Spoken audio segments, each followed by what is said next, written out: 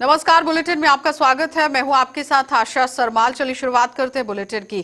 कांग्रेस छत्तीसगढ़ ने यहां पर किसान आंदोलन के लिए भी 8 दिसंबर को भारत बंद का समर्थन दिया है और पार्टी के अध्यक्ष अमित जोगी ने इसके लिए एक समर्थन पत्र भी लिखा है, जिसमें उन्होंने केंद्र सरकार द्वारा बनाए गए 3 कृषि कानूनों को किसान विरोधी और काला कानून बताया।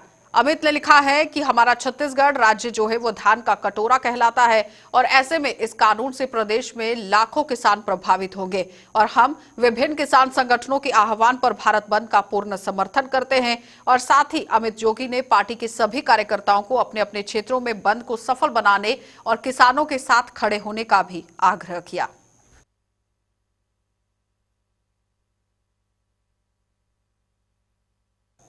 तो भारतीय जनता पार्टी की नवनियुक्ति प्रदेश प्रभारी डी पुष्पेश्वरी और सह प्रभारी नितिन नवीन 2 दिवसीय प्रवास पर छत्तीसगढ़ पहुंचे हुए हैं। यहां एयरपोर्ट से लेकर बीजेपी कार्यालय तक प्रदेश प्रभारी का जमकर फूलों और नगाड़ों के साथ साथ पटाखे जलाकर भी यहां दिग्गज नेताओं ने कार्यकर्ताओं का स्वागत किया।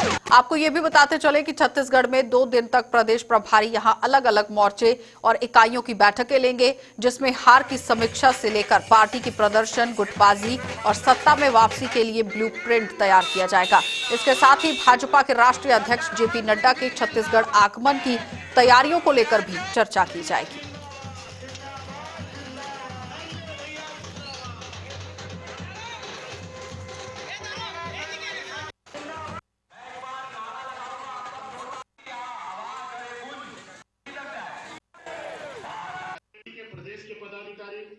प्रभारी का पहला प्रवास है और 2 दिनों में माननीय केजरी जी का जो बैठकें हैं वो लगातार अलग अलग यूनिट के साथ है। प्रदेश के पदाधिकारियों के साथ, कोर ग्रुप के साथ, जिला की टीम, जिला के अध्यक्षों के साथ, अलग अलग प्रकोष्ठ के लोगों के साथ और कुल मिलाकर पूरे संगठन की दृष्टि से एक समीक्षात्मक बैठक भी और उनकी उपस्थिति में जो चर्चा होगी, मुझे लगता है कि छत्तीसगढ़ के भारतीय जनता पार्टी के कार्यकर्ताओं के लिए उत्साहवर्धक भी होगा और आगामी कार्यक्रम में भी प्राथमिक रूप से जो केंद्र सरकार ने दिया है उस पर उनकी चर्चा होगी। किसानों ने कल बंद का समर्थन किया, सत्ताधारी दल ने भी समर्थन किया, यहाँ पे कांग्रेस पार्टी समर्थन कर रही है।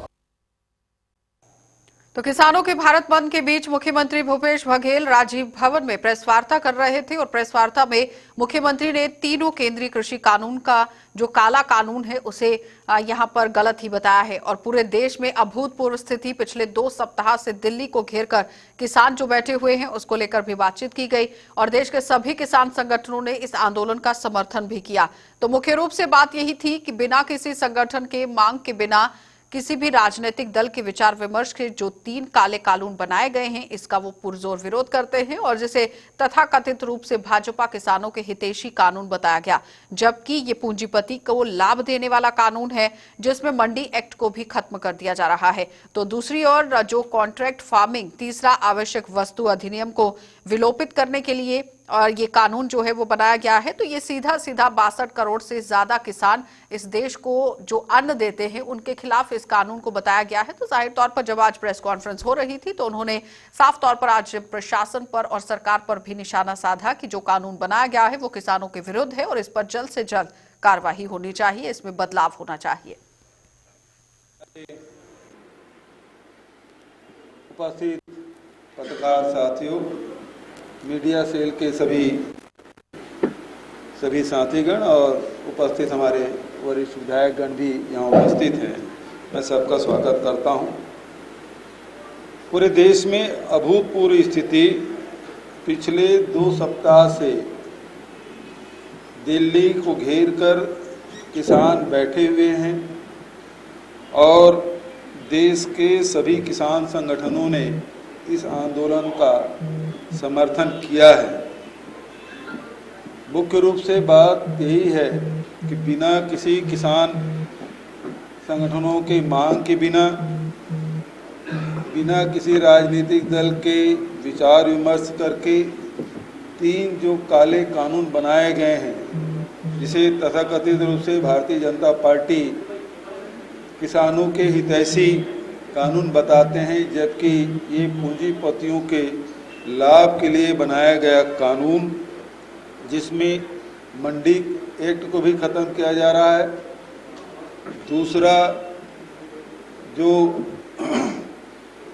कॉन्ट्रैक्ट फार्मिंग, और तीसरा जो आवश्यक वस्तु अधिनियम को विलोपित करने के 3 कानून जो बने हैं, ये सीधा 62 करोड़ से भी अधिक किसान इस देश के जो अन्नदाता हैं उसके खिलाफ ये काले कानून हैं। इसका विरोध हम लोगों ने शुरू से ही किया। इससे किसानों का भला नहीं होने वाला है। यदि आप तो कोरिया जिले के बैकुंठपुर वन विभाग के अंतर्गत भालू ने 4 ग्रामीणों पर हमला किया, जिसकी वजह से उनकी मौत हो गई, जबकि भालू के हमले से 3 लोग गंभीर रूप से भी घायल हो गए और जिनका इलाज अस्पताल में चल रहा है। इस बीच एक ऐसी तस्वीर भी सामने आई जो आपको झकझोर कर रख देगी। तो आप मन ही मन में ये सोचने लगेंगे कि आखिर मानवता की जो एक हदें हैं वो कहां पर दम तोड़ रही हैं। तो भालू के हमले के बाद मारे गए जो 4 ग्रामीण हैं, उनके शव को जैसे तैसे जंगल से निकाला गया, क्योंकि ये घटना पूरे तरीके से जब हुई है उसके बाद से ही भालू की मौजूदगी जंगल में थी और भालू ने ही इसके बच्चों को साथ लेकर इन तीनों शख्स पर हमला किया है, जिसकी वजह से उसकी मौत हो गई। वन विभाग के भी लोग यहां पर मौके पर पहुंचे और आगे की कार्यवाही में जुट गए।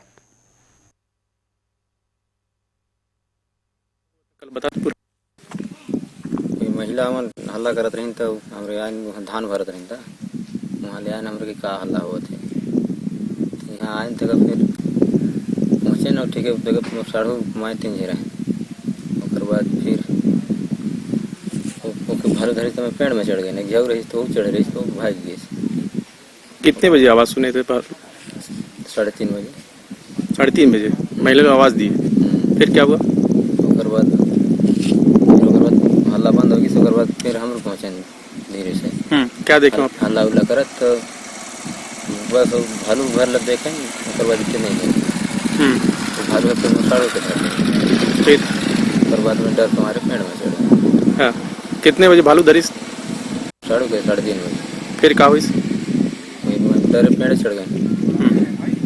और बाद फिर वही जेसीबी वाला यहाँ 9 बजे गई तो जंगल डिपार्ट वाले 9 बजे गई, नौकर बाद जेसीबी आ गई तो ये मिलकर क्या है।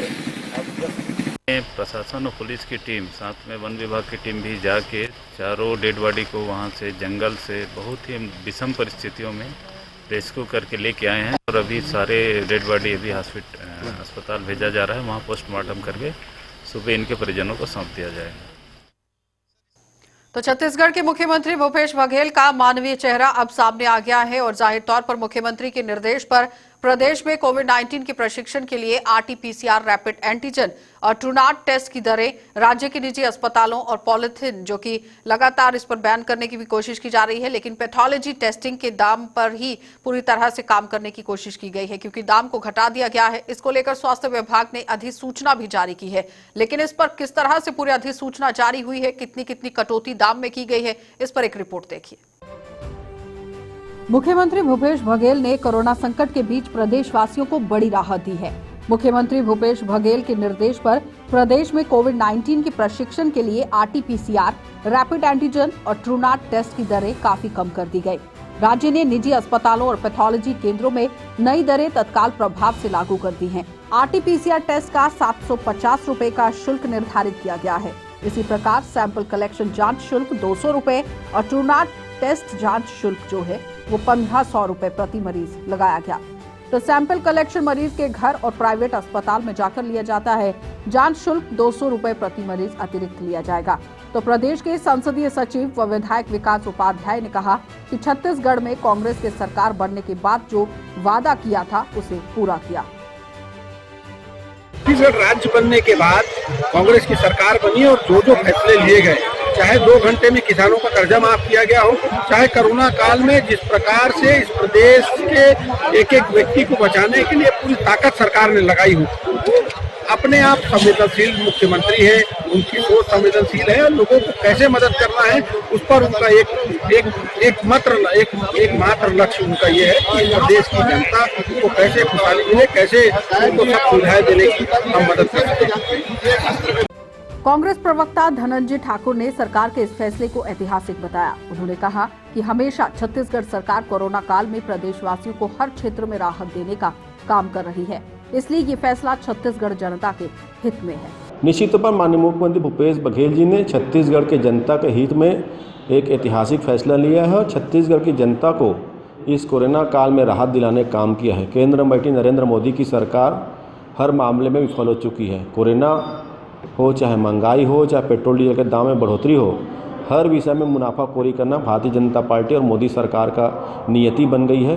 तो कहीं न कहीं मुख्यमंत्री भूपेश बघेल की सरकार ने जो फैसला लिया है वो छत्तीसगढ़ की जनता के हित में है, एक राहत देने वाला फैसला है छत्तीसगढ़ की जनता के लिए।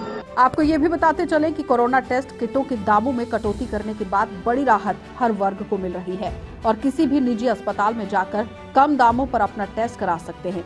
इसके साथ ही लंबी लंबी लाइनों में खड़े होने की कोई जरूरत नहीं है और इस वजह से पूरे प्रदेश में भूपेश सरकार की जमकर तारीफ हो रही है। Bureau report.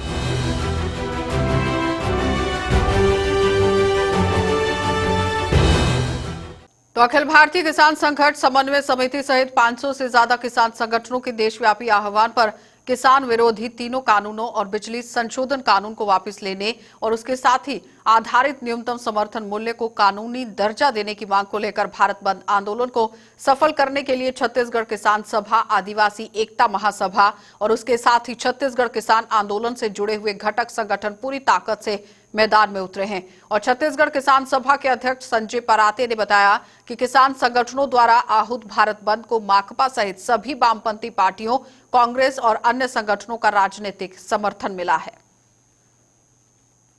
संगठन है जो इस बात की मांग कर रहे हैं कि कृषि विरोधी 3 कानून, बिजली संशोधन में जो कानून, बिजली कानून में जो संशोधन किया गया है वो सब वापस लिए जाने चाहिए और समर्थन मूल्य के सवाल पर, जो कि सीट लागत मूल्य के आधार पर होना चाहिए, एक कानून बनाया जाना चाहिए। इन मांगों को लेकर पूरे देश भर में बंद का आह्वान किया गया है। छत्तीसगढ़ के अंदर छत्तीसगढ़ किसान आंदोलन, उसके साथ जुड़े हुए तमाम घटक संगठन जिसमें छत्तीसगढ़ किसान सभा, आदिवासी एकता महासभा, जिला राजनांदगांव किसान संघ, हसदेव बचाओ संघर्ष समिति, ये तमाम संगठन शामिल है। बड़े जबरदस्त तरीके से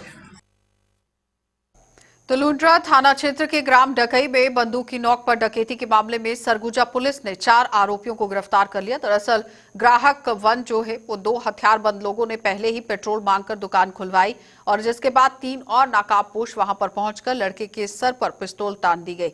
यानी कि जो युवक वहां पर मौजूद था उसके साथ छेड़छाड़ करने की कोशिश की गई और घर में रखे हुए 3,50,000 नकद जो राशि है, 2.5 लाख के जेवरात, उसके साथ ही ये सारा सामान जो है इस पर हाथ साफ करने की कोशिश की गई। तो घर में मौजूद तीनों बच्चों को इस बारे में किसी को बताने की अगर कोशिश की गई तो आपको जान से मार दिया जाएगा, इस तरह से धमकी दी गई। और पकड़े गए आरोपियों के पास से 1 देसी कट्टा, 2 मोटरसाइकिल, 40,000 और चाकू भी बरामद किया गया। ग्राम डकई में 29/11/2020 को अर्जुन गुप्ता के घर में, जहाँ की किराना दुकान चलाता है, डकैती की घटना हुई थी। इसमें 5 आरोपी लोग आए थे और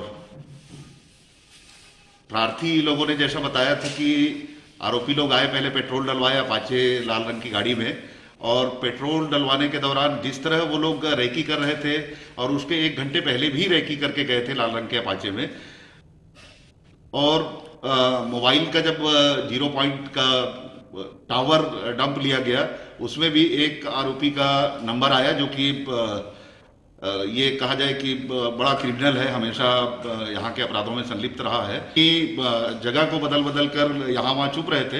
तो उनमें से अभी रवि घसिया, मुकेश पटेल, शिव पटेल और मोंटी उर्फ शहबाज खान, इन्हें पुलिस के द्वारा गिरफ्तार किया गया है। इनके पास से 40,000 रुपये नगद और एक कट्टा जो घटना में इस्तेमाल हुआ था और 2 लाल रंग की बाइक रिकवर किया गया है। एक जो मुख्य आरोपी है शिव लाल प्यारे पटेल। चलिए, बुलेटिन में फिलहाल इतना ही। देश और दुनिया की खबरों के लिए आप बने रहिए हमारे साथ।